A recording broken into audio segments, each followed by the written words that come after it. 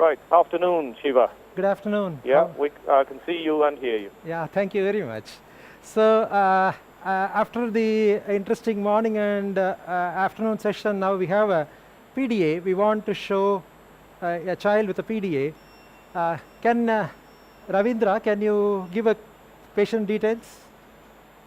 Good afternoon to all.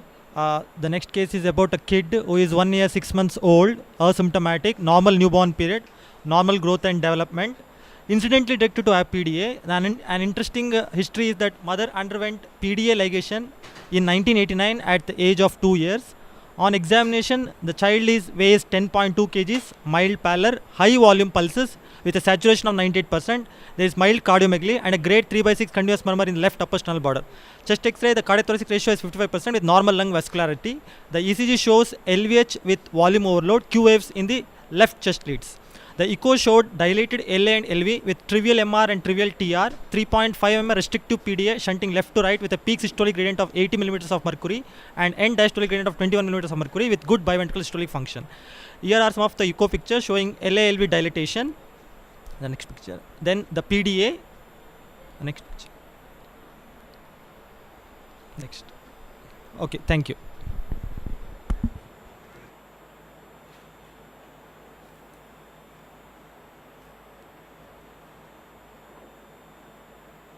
Shak, are you hearing us? Okay, Shiva, we see you now. Yeah. So as the protocol for us is we don't take arterial puncture. We do a venous puncture. We enter the pulmonary artery, cross the PDA, and we put in a sheath across the PDA. And through the sheath, we make an angiography. We tend to avoid completely an arterial access.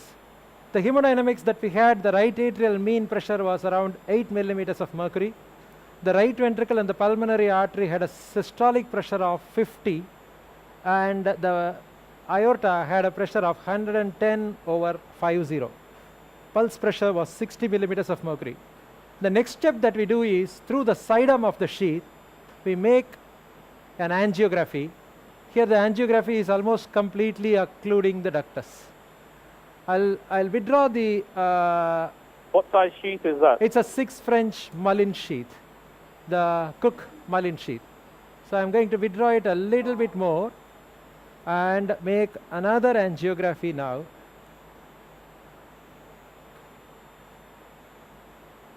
Show the previous angiogram. Show the previous angiogram.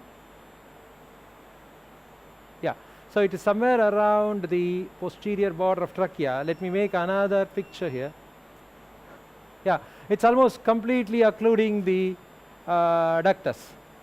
So a 6 French sheath with its outer lumen will roughly be around 3 to 3.5 millimeter.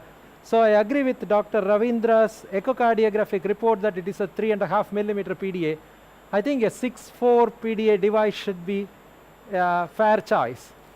The options that are available, we could have chosen multiple coils if there was... Shiva, can I ask you a quick question? Yes.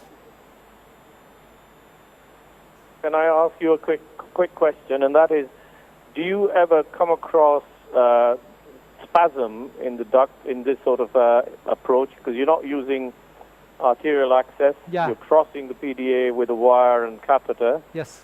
And what happens, or have you come across spasm as being a problem? Yeah, we have seen spasm, but very often the size of the device we will be deciding based on our echocardiographic dimension. So in the rare event the PDA is looking very small in the angiography, we will still go by our echocardiographic measurements in a smaller child. But of course, the situation will differ in an adult who doesn't have a good echocardiographic window. In a small child of 1 to 1.5 years, when we have reasonably good pictures, we tend to believe the echocardiogram a lot and try to do the size assessment primarily on echocardiography. And so we don't give... Show of hands in the audience, those who take a venous approach rather than arterial access. Pure venous approach. Anybody in the audience? Come. Device. Can you, I can't see you, but So you never take an arterial approach. If you press the microphone, so are you relying on the echo measurements purely on the measurements of the duct purely on echocardiography? Yeah. Is that right? Yeah, as Dr. Shiva told, if echo pictures are very clear, we tend to avoid arterial Okay. punctures. Omar, you said you would as well, or not? Just speak. So we occasionally go only venous, especially when we have young children, and young it means like less than 5 kilo. But what I like to do is to go in the PDA anterograde with a pigtail cutter, so I get a better picture of the PDA. And if I cannot get a good picture, then I use the echo to give me some idea about the form and measurements of the PDA. All right. So Shiva, you've got a LifeTech Zero duct occluder, I think, is that right? 6/4 duct occluder. So it is almost like an Amplatzer duct occluder, not much of differences. So what we do is, we come by the pressure guidance. So we open out the aortic disc. Now you can see that the pressures are shown.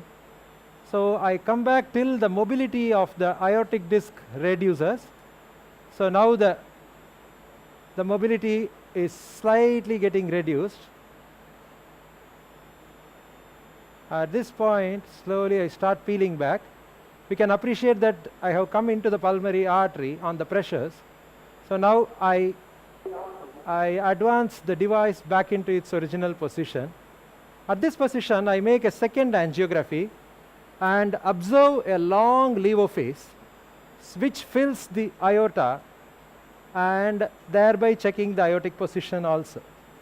I'll show that now. So we wait for the aortic levophase. Show the picture again now. Freeze it. This is the aortic levophase. You can appreciate that the device is on the anterior wall of the aorta. Are you able to see, Dr. Shag? It's a little faint. Are you able to see that? Yeah, it's not very good. It's a bit faint, isn't it? Yeah. Yeah. So now you don't do echo in this sort of position when you've got a device. Actually, the angiographic picture was so good that I am happy. I'm going to release the device and I will show you a next picture where I'm going to show the levophase. Now I'm releasing the device.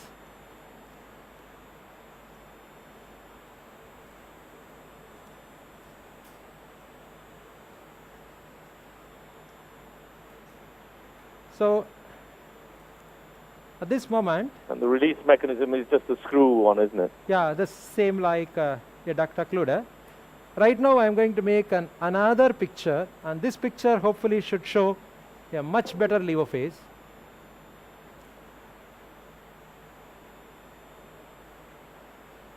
Freeze the picture and show.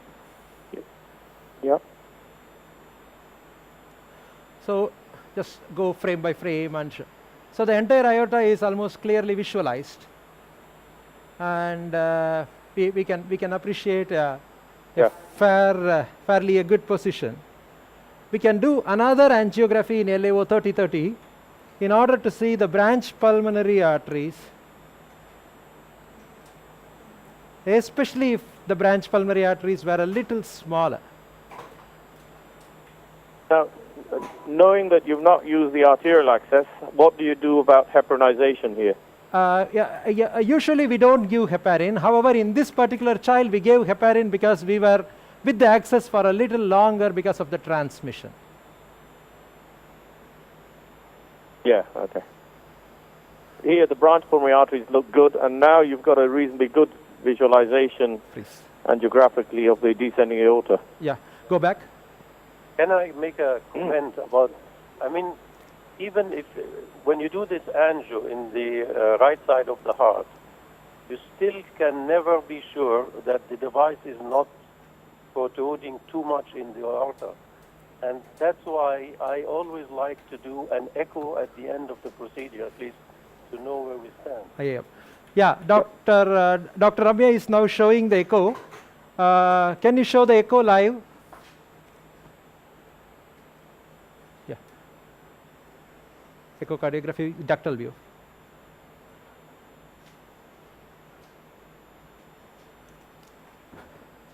make the picture larger.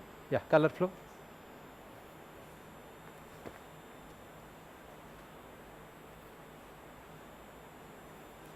That is the main pulmonary artery. Okay, so Show the branch pulmonary arteries, short axis. It looks like the ductus is reasonably closed off. yeah, there's no leak. Yeah. And just show us the aortic arch view Yeah. as well. Suprasternal. Giri, put his hand under the shoulder.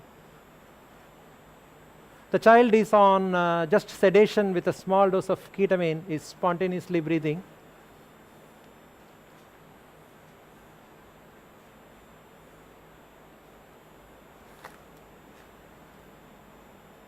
Little bit lifted.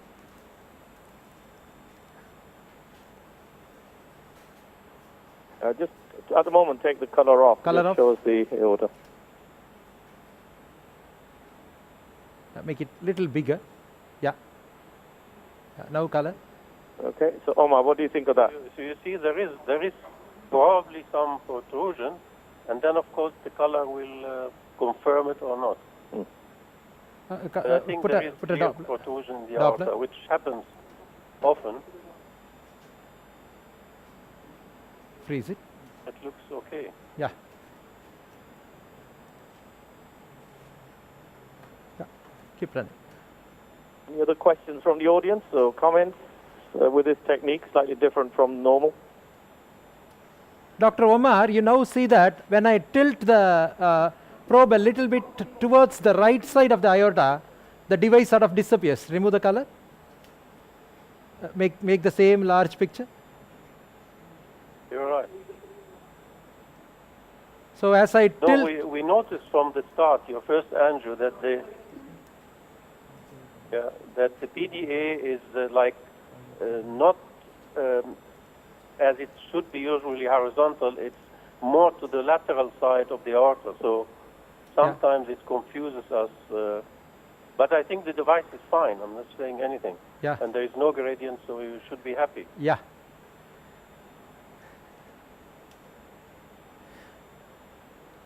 So thank you, Shaq, and we will join you 2 hours later with the coronary AV fistula session. Shaq? Okay, right. Thank you very much. That was an excellent, different method. Yep. Thank you.